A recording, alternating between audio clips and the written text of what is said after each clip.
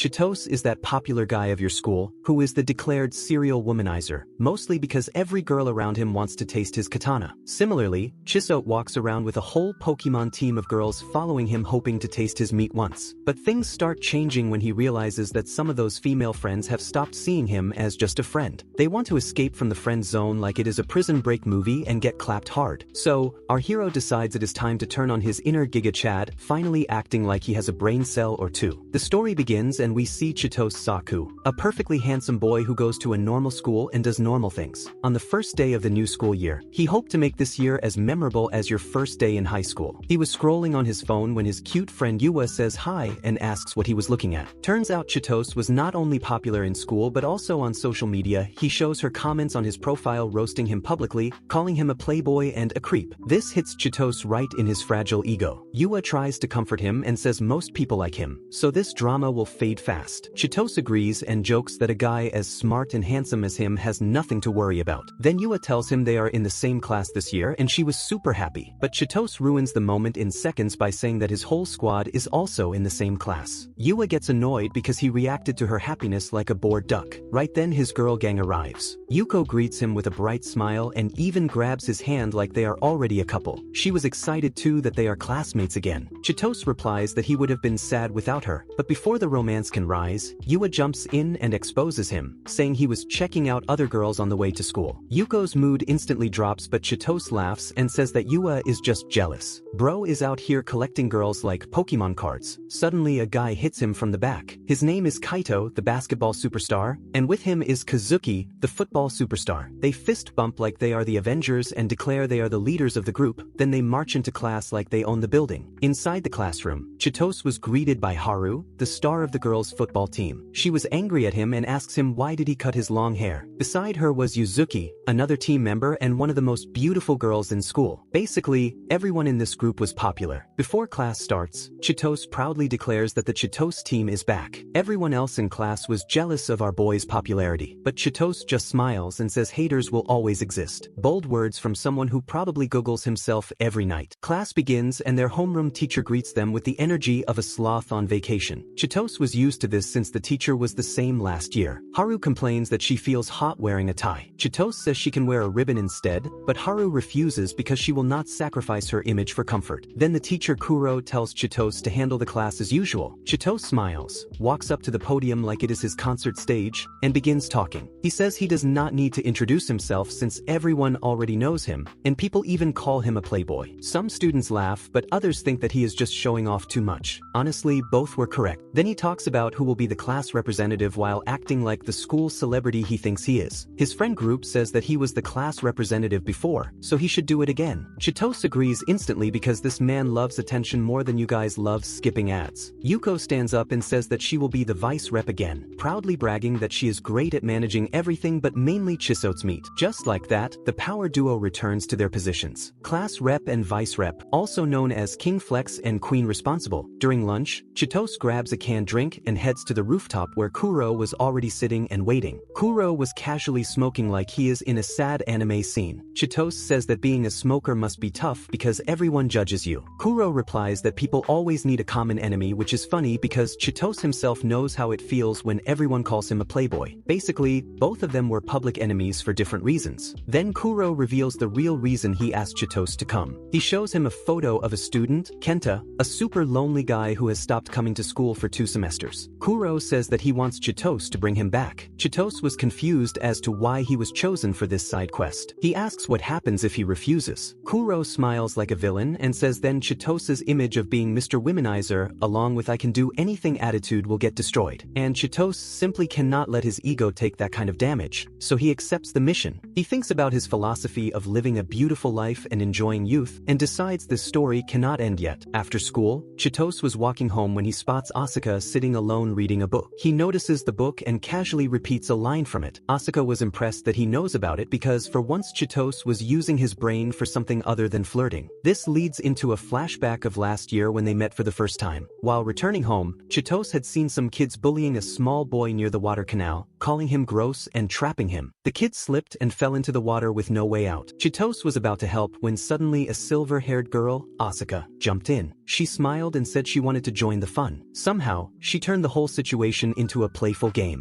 She invited the other kids to play too, and soon everyone was laughing and becoming friends instead of fighting. They all went home happy except Asuka, whose clothes were completely soaked. She caught Chitose staring at her and said with a smile that he should relax because it is not the first time he has seen someone wet. Chitose panicked and handed her a towel. He asked why she jumped in to help when she could have stayed dry and scolded the others. Asuka said that she thought it would be better if all the kids went home messy but smiling rather than clean and crying. Hearing this, Chitose looked at her properly for the first time. When she introduced herself and said her name meant tomorrow's wind, Chitose fell for her right in that moment. My man was gone with reverse Riz. Finished. Deleted emotionally. Back in the present, Asuka says with a soft smile that he feels like a beautiful park. A little incomplete but still perfect, like a place where fireworks are not allowed but it is still special in its own way. Before he can process this poetic yet senseless compliment, she throws a whole psychological grenade at him. She asks if she and the girl he is closest to were drowning together and he had a two-seater kayak, who would he save? Chitose thinks for a moment and says he would grab one girl and swim with her, but Asuka laughs and says there are fish in the water, genius. Then she smiles and says if she were in that situation, she would save him because she likes him more than other boys. Chitose laughs and tells her their connection is kind of strange. Asuka says it is not a connection. She says he is the type of guy who would put both girls on the kayak and stay in the water himself because he thinks sacrificing himself is the best move. Chitose laughs and says he is not that dramatic, but Asuka says he is exactly that kind of person, someone who always puts himself last to make others smile. Hearing this, Chitose goes quiet like someone just unplugged his energy. That night he looks at the moon and wonders if he is really playing his role properly. He wonders if Kenta, the missing boy, is looking at the same moon. But the truth is, Kenta was sitting inside his dark room with curtains closed like he was preparing for a meat beating session. Basically, he has shut himself away from the world completely after getting rejected by his crush. The next day, Yuzuki comes to Chitose and asks if he is okay because he looks worried. Chitose was not surprised that she noticed it because Yuzuki is the type who can sense other people's emotions instantly. He quietly tells her that Kuro gave him a mission to bring Kenta back to school. Yuzuki says she will come to help too because if he goes alone, he will not accomplish anything. Two people together will do better to convince a shut-in loner. Chitose notices that even while offering help, Yuzuki still looks perfect, like every move was made for a camera. He smiles softly and says he already asked someone else for help. Yuzuki just says no problem, and if he ever needs her, he can call her. She likes helping people she respects. After school, Chitose waits for Yua. When she arrives, she immediately turns around to fix her makeup because she wants to look perfect in front of him. After a moment she returns and asks why he called her out of nowhere. Chitose says that he wanted someone who is cheerful, someone who makes others feel comfortable. Basically, he chose her because she is hot. Then he brings out a bicycle for both of them. When Yua sits on the back, he tells her to hold tight and do not fall. But Yua only holds a corner of his uniform and says she cannot trust a guy with such a strong playboy image. Bro got rejected by gravity itself. As they ride, there was a small quiet moment. Then Yua says from behind that his back looks way broader than she expected. Chitose laughs and says she must have heard he used to be the best baseball player in the prefecture. Yua says that she knows because she used to watch him even when they were not friends. Chitose teases her and says she was his fan. Yua replies maybe yes, maybe not. Classic mysterious girl moment. Then she asks what their plan is with Kenta. Chitose admits that he has no idea because he does not even know the guy. They reach Kenta's house and his mother tells them that he does not talk to anyone. Chitose says maybe he will talk to them. They call him from outside the door and Kenta shouts back asking if the guy is Chitose, the playboy, and if Yua is his girlfriend. They try talking but Kenta keeps ignoring them. Chitose says they only came because the teacher asked, but Kenta calls him a poser trying to show off his popularity. Then Yua steps in and asks some anime suggestions she would like. This actually works and Kenta opens up a little, but when Chitose tries to leave, Kenta panics and says do not go. Chitose smiles and says alright, we will see you next time. He leaves Kenta with a tiny bit of hope like he is about to become the main protagonist for 5 minutes. On the way back, Yua says that Kenta seems to be scared of something, but at the end both of them laugh because one thing was very clear. Kenta does not like Chitose even 1%. I mean we can't blame him, even I'm jealous of this dude's Riz. The sun sets and later that evening Chitose quietly thinks about what he should try next time so Kenta will finally open up and talk properly. The next time he tries again but this time Yuko was with him, sitting on the back seat of the bike literally glowing with excitement. The wind was blowing fast and Yuko leans back laughing like she is filming a music video. Her hair was flying everywhere and even her skirt was fluttering like it wants its own screen time. Chitose tells her to sit properly because people behind were getting free show. But Yuko, smiling from behind, says she is enjoying the ride. She does not get rides like this every day. We all know what she wants to ride, but let's just suppose it's bicycle. Chitose shakes his head because stopping this girl was impossible. After a moment she finally settles down. Then she tells him everything will be fine because her hero Chitose is with her. Chitose smiles, and in their eyes, you can see the weight of responsibility. He tells her that she just needs to talk normally, he will handle the rest. A while later they reach Kenta's house again. Chitose rings the doorbell and as usual, Kenta's voice comes from inside. He asks if Yua did not come and adds that maybe she hates him now. But Chitose defends her immediately and says nothing like that. She just had to practice and she truly cares about him. Then Chitose says that he brought someone else today. Yuko jumps in excitedly and says, "Hi,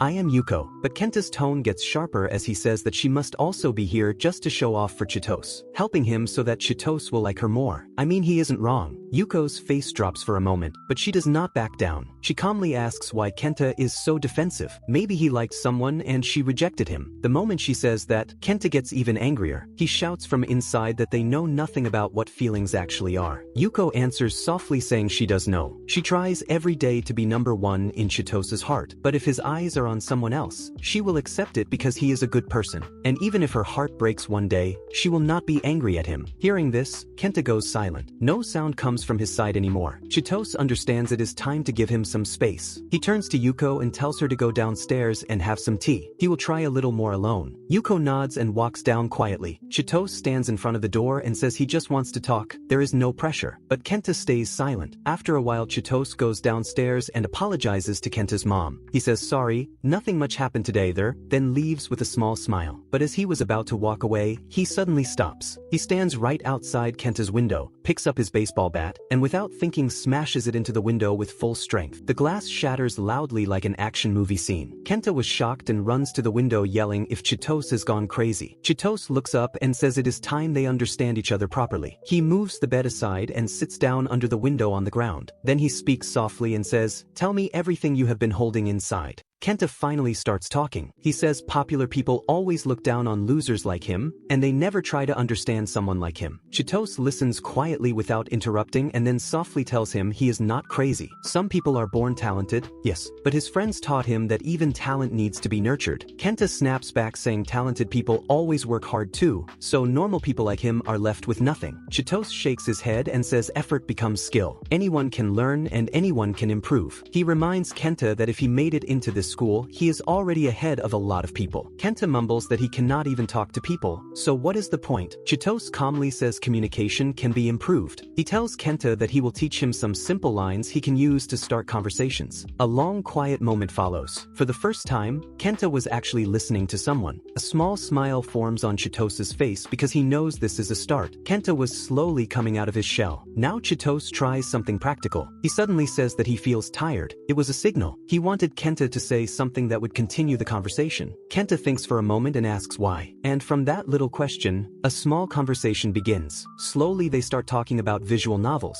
Sometimes Chitose talks, sometimes Kenta talks, and it becomes a simple back and forth. Then suddenly Chitose claps and says, "Wow, you kept a whole conversation going." Kenta gets annoyed and asks if he is making fun of him. Chitose does not laugh and says no, he means it. Kenta looks at him suspiciously and says Chitose isn't even interested in visual novels. To prove him wrong, Chitose starts naming rare titles and Kenta was shocked because he owns all those titles. He still does not believe him though, so he challenges Chitose to explain the plot of one. Chitose thinks and begins telling the story exactly how Kenta remembers it. Kenta stares at Chitose in disbelief because he explained the plot perfectly. Chitose smiles and says he might not look like it, but he loves reading this stuff. It took him a whole week to finish everything. Kenta asks why he worked so hard. Chitose answers simply because he hates people who do not even try to understand others. He says real communication means understanding others and letting them understand you. Chitose looks directly into Kenta's eyes and says that Yua and Yuko both tried to understand you. Now it is your turn to open up a little. If he does not understand something, he should ask. That is how real connections are made. Then Chitose walks to Kenta's bookshelf, picks out a book and starts reading. There was a guy who was handsome, smart, and amazing at sports. He kept moving forward in every field but always stayed humble. But some people did not like his popularity. They exaggerated his tiny mistakes and spread negativity. Slowly he grew tired of it and decided he would become normal. Kenta listens carefully and asks the one simple question that you guys are probably thinking too. Did his plan work? Chitose laughs and says no, that guy in the story was not magically accepted. People criticized him even more. Then one of his teachers told him something important. Some people are given gifts by God early so they can guide others. That one line changed his whole mindset. He started working hard again, but this time with a new thought that he wanted to live a beautiful life. Chitose takes a deep breath and says that he decided to become someone nobody could drag down, someone who still cared about everyone. Kenta stays quiet for a moment and then asks who the man was. Chitose smiles and says it was me. Then he laughs and admits that 90% of the story was made up by him. Kenta sits silently, not knowing what to feel. If 90% was fake, what was the 10% that was real? Slowly the anger inside him softens. He finally admits that he did not behave well with Chitose and the others. Then Chitose asks what a normie means to him. Kenta answers without thinking that normies are people whose lives are easy and who do not need to work hard. Chitose immediately asks, so do you think I am a normie? Kenta replies, yes, you are one of them. Chitose says nothing is easy for him. Every day someone says something. Teasing, jokes, insults. Kenta starts feeling guilty and says, sorry, you are different. But he adds that some popular people really do act above everyone else. Chitose nods and agrees. He says he is lucky his friends are not like that. They are all good people and they never try to push others down. Kenta also smiles and agrees. After a moment, Chitose says showing off is not bad as long as it does not hurt anyone. Kenta hesitates, then asks if love is at least easy for him. Chitose laughs and says being popular does not mean life is easy. He explains honestly that sometimes someone develops feelings for him but he only wants to stay friends. It becomes awkward and things never go back to normal. Kenta listens carefully. For the first time he feels like he can open up too. But before he can speak, Chitose jumps ahead and says he already knows what Kenta is hiding. Kenta gets startled but Chitose says, you used to be in a club. There was a girl who treated you kindly. Slowly you started liking her, but she loved someone else. Kenta's eyes drop down and Chitose's voice becomes soft. When Kenta saw she liked someone else, he became scared of people. He lost trust in relationships and stopped coming to school. The room goes completely quiet. Kenta does not speak. You can see the pain he has been carrying alone for so long. Chitose thinks for a moment and asks if there is anything left that he has not told. Kenta nods sadly and says she rejected him in a very harsh way. The pain in his voice was clear, like he still feels that moment in his chest. Chitose's expression changes. He simply nods calmly and says at least you did not hide your feelings. That kind of courage is rare. Hearing this, Kenta finally relaxes a little. He slowly begins opening up about everything, his loneliness, his fear, and how talking to people scare him. While he was speaking, Yuko arrives quietly near the door. Yuko comes to the door with a tray holding juice and snacks. She hears the soft voices inside. For the first time, their conversation sounds normal and calm. She quietly places the tray near the door and walks back to the kitchen. She tells Kenta's mom that it seems like they are finally talking well. His mother's eyes fill with relief, as if light has finally entered her son's closed world. Back in the room, Chitose asks Kenta what the girl's name was. Kenta says Mikami, but says there is nothing left for him anymore. Chitose smiles and tells him that closing an old chapter does not mean the whole book is finished. After a moment, Kenta says he wants to go back to school, but he is scared to go alone. Chitose immediately says he will walk around as his bodyguard every day. Kenta looks a little disappointed, so Chitose tells him he will guide him for the first 3 weeks, but after that Kenta must handle things himself. Kenta nods and agrees. They set Kenta's goal. He wants his old friends to see him with new eyes. Chitose calls it a perfect goal but reminds him that nonsense talk about girls will not help. Kenta blushes and agrees, finally understanding. Then Chitose adds that the outside world is not as scary as he thinks. That is where the real fun is. He pauses and says something wild, like the chance to feel Yuko's three-dimensional plots in real life. Kenta's soul leaves his body for a moment. He was shocked. Chitose, without even blinking, says, "No, idiot, she is mine." They both burst into laughter, and for the first time in months, Kenta laughs genuinely. A little later, he walks out of his room. He stands in front of his mother and bows deeply. He says, "Sorry, Mom, I will try now." Tears fill her eyes, but this time not of sadness, but only relief. After weeks of darkness, the room and Kenta's heart finally open. Then Yuko helps cut Kenta's messy hair, and Chitose says that the first thing they need is a makeover. He puts Kenta on a diet and takes away his phone, banning him from social media. Kenta asks why the ban. Chitose explains that he needs to learn that sending hate from unknown accounts only hurts himself. Afterward, Chitose and Yuko sit together. Yuko was happy that everything went so smoothly, but Chitose says he only pushed Kenta forward and told him it is time to find a new girl. Yuko smiles hearing this and says his attitude is exactly why people get drawn to him, just like she is drawn to him. Chitose smiles softly softly and says do not bring up old topics. Yuko says she hopes one day Chitose can open his heart because he has a lot inside that he has never said. The next morning, Kenta feels nervous returning to school after months, but Chitose tells him not to worry, he is on the right path. This is the first step toward a big change. They enter the classroom and Chitose introduces him with a joke. He says Kenta stopped coming to school because he got rejected. The whole class laughs and Chitose explains the difference between jokes and insults, something Kenta needs to learn quickly. Slowly, everyone begins teasing him in a friendly way and the atmosphere becomes warm. Then their teacher walks in. The moment he sees Kenta, he understands that Chitose completed his mission. The teacher gives the class some extra time so everyone can help Kenta adjust. At lunch, all the girls were shocked when they see what Kenta brought to eat. Kenta explains that he is on a diet because Chitose told him that if he wants to look better, he has to work on himself. The girls ask what happened to him and Kenta tells them that he used to be in an otaku club. There was a girl named Mikami he had a crush on, but there was this another guy in the same club who was super handsome and even had six-pack abs. So Mikami rejected Kenta and chose the handsome dude instead. Kenta says he gathered courage and confessed his feelings, but still got his heart smashed. Chitose interrupts and says that Mikami even called him a fat loser and told him to go die like some NPC. Everyone's face drops hearing how cruel she was. But then the girls develop a soft spot and support Kenta. They say at least he had the courage to express his feelings. That alone is something most people never do. A little later, Kazuki talks to Chitose. He says changing someone like Kenta is not easy. A guy like him cannot transform so quickly. But Chitose confidently says he trusts Kenta. He will change and prove himself. In the next scene, Chitose is with their counselor, Iwana-sensei, sitting on the school rooftop. Sensei smiles and says Chitose pulled off everything in style again. But Chitose asks seriously what living a real life actually means. Iwana-sensei says most people never trust their own thoughts. They compare themselves to others or waste time trying to push others down. Life is only lived fully when you follow your own inner compass. Chitose listens quietly and wonders if his compass is still pointing in the right direction. A week passes and Kenta has changed. He looks fitter and more confident. So, Chitose and Yuko take him shopping to upgrade his look. First, they buy him new glasses. Yuko says that they look perfect on him and make him look smart. Kenta smiles a little and you can see his happiness bubbling inside. After shopping, Yuko suggests they take a break at a restaurant where she has to meet a friend. They sit down and Kenta shows them a picture of the girl he used to like. He explains how she invited everyone, made fun of him, and then isolated him from the group. Chitose says seriously? Those are not friends. They look totally fake. Yuko asks why he wants to meet people who abandoned him. Kenta thinks for a moment and says he only wants them to see how much he has changed. He is not the same weak guy anymore. Suddenly Yuko gets an idea. She calls the waiter and asks for a picture. When they see the photo, Kenta was shocked. He stares at himself and says, "Is this really me?" Yuko smiles and says, "Yes, look at how good you look." Chitose tells him to remember that everything he achieved was because of his own effort, and he should never stop improving. Kenta smiles softly and promises their efforts will not go to waste. He had a pure smile on his face, straight from the heart. Inside, Chitose thinks that this guy really has changed. One day he will look back at this moment and feel proud. A few days later, at school, Chitose was walking toward his class when he hears a voice from inside. Someone has surrounded Kenta, and a guy was yelling at him. The bully screams at Kenta asking who told a loser like him that he deserves to stand anywhere near Chitose's group. Kenta freezes like his brain just stopped working. Yua jumps in between and says, "Stop it, why are you all bothering him?" But the bully smirks and tells her to stop pretending to be a princess because everyone already knows her real personality. Meanwhile, outside, Chitose, Kazuki, and Yuzuki hear everything. Chitose says this cannot continue because these clowns are messing with Kenta's progress and he is not letting that happen on his watch. They enter the classroom acting normal like they are in a comedy romance anime instead of a bullying scene. But inside the room the tension was thick enough to cut with a pencil. Chitose walks straight to the bully. He says, "It looks like I have never seen you in my life." The bully gets angry and says, "Do not pretend you forgot the baseball match." His name was Yuma. Kazuki steps in and casually talks to the female bully who blushes instantly like someone turned on her water motor. She even complains why they spend time with Yua and Yuzuki instead of her. Chitose moves forward and says, "Who I stay with is my choice. Anyone who has a problem can cry in the corner." Kazuki tries to calm everyone but Yumura was on full drama mode. He shouts that he hates people like them who never show weakness and people like Kenta only waste everyone's time. Then he drops Kenta's collar and walks away. Kenta stands frozen with fear and guilt, looking like he wants to uninstall life. Later, he comes to Chitose with a shaky voice and says, "What could I do? I could not even speak properly." Chitose puts a hand on his shoulder and says, "Keep your head high. If you believe in yourself, their words cannot do anything." On his way home, Chitose felt guilty. He pushed Kenta to step out into the world, but if people break him again, it will be his fault. Our so-called Sigma of the school finally realizes life is not an easy side quest. Just then Haru appears and drags him for a break. They go to the field and start stretching. Haru casually asks why he quit baseball. Chitose says he lost interest, but Haru laughs and tell him to stop lying because she knows how hard he worked. They fool around and start playing baseball. Haru says if you lose you will tell me what is bothering you. Chitose agrees like this was some shounen battle with emotional stakes. They play and Haru wins easily. She says now talk. What is bothering you? Chitose takes a deep breath and finally says he is scared that Kenta might fail. He wants Kenta to show everyone how much he has changed. Haru says, Chitose, you are dumb. You did so much for him. Now trust him like a coach trusts his player. If you doubt him then you are insulting his courage. They talk until the sky turns dark blue with stars shining like someone put glitter on it. They sit on swings and Chitose thinks maybe one day I will stand on my own too instead of pretending everything is fine. Later that night Chitose calls Yuzuki. They talk in their usual roleplay style like they are in a secret drama. Yuzuki asks why he helped Kenta. Chitose jokes that he was blackmailed by Kuro. Yuzuki says no, he helped because that is who he is. A guy who thinks he can save everyone like some free trial version of a hero. Chitose goes quiet because the truth stings a little. Then Yuzuki tells him, now you owe me a favor. Chitose asks Yuzuki what she wants. She jokes and says become my boyfriend. Chitose almost dies on the spot. He says what? Yuzuki laughs and says relax. It is for the roleplay. But our clown hero decides to continue the game and asks her what the color of her plot cover is. Yuzuki answers that it is light blue like the night sky. That one line blows up Chitose's brain so badly that he cannot sleep the whole night. Our man is acting like he just downloaded something you all watch every night. A week passes and Kenta looked even more fit. His muscles, his confidence, everything was upgraded like he just unlocked solo leveling system. It was his last training week. Chitose tells him this time he will show everyone how much he has changed. But Kenta quietly says he does not feel the need to prove himself anymore. Finally, some wisdom entered his soul. Then Yumura appears on the field like a final boss and challenges Chitose to a football match. The loser will get an embarrassing punishment. Chitose smiles and accepts because this man had zero self-control. Kenta panics and asks if this is safe. Chitose tells him to relax because it is just a game. He promises to pass to Kenta more this time. The scene shifts to the football ground. Kenta looks terrified like he just entered a horror movie instead of a match.